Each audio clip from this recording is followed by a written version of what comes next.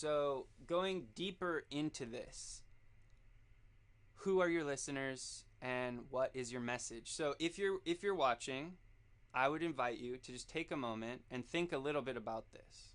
Like, who are your ideal listeners and what is it that you're trying to say? And if you are already finding success in your coaching business, I'm sure that you've already narrowed this down. And maybe just for the benefit of others who are reading this later, you could just share a little bit about what your niche is, what your message is, kind of like the kind of people that you attract.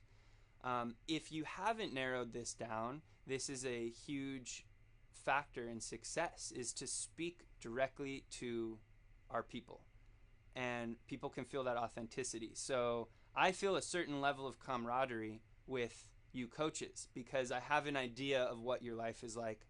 I have an idea of what being in a session is like. I kind of understand what some of the behind the scenes stuff looks like. And so I feel a lot of empathy for the work that you all are doing. And I think coaching is sort of the future of education, and it's the future of Skillshare. And that's why I'm so excited about podcasting, because I want to help you broadcast your message, your meaning. And this question, the more we can answer this and the more we can frame our entire brand, message, and content around, the more we're going to see conversion, because we're going to be directly communicating with people who need what we have to offer.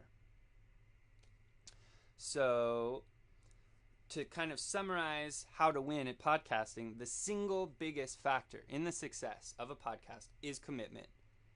So not just trying this for a couple months to see if you get a few thousand downloads and it was like, you just had the great podcast idea. It's not quite like a viral video thing. This is this needs determination.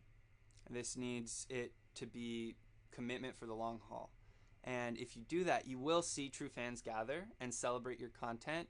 And I speak to podcasters every day, and it is so inspiring to hear the different conversations that are happening, to see their joy in reaching and connecting with their audience. And it's exciting. It's exciting to help coaches get that message out.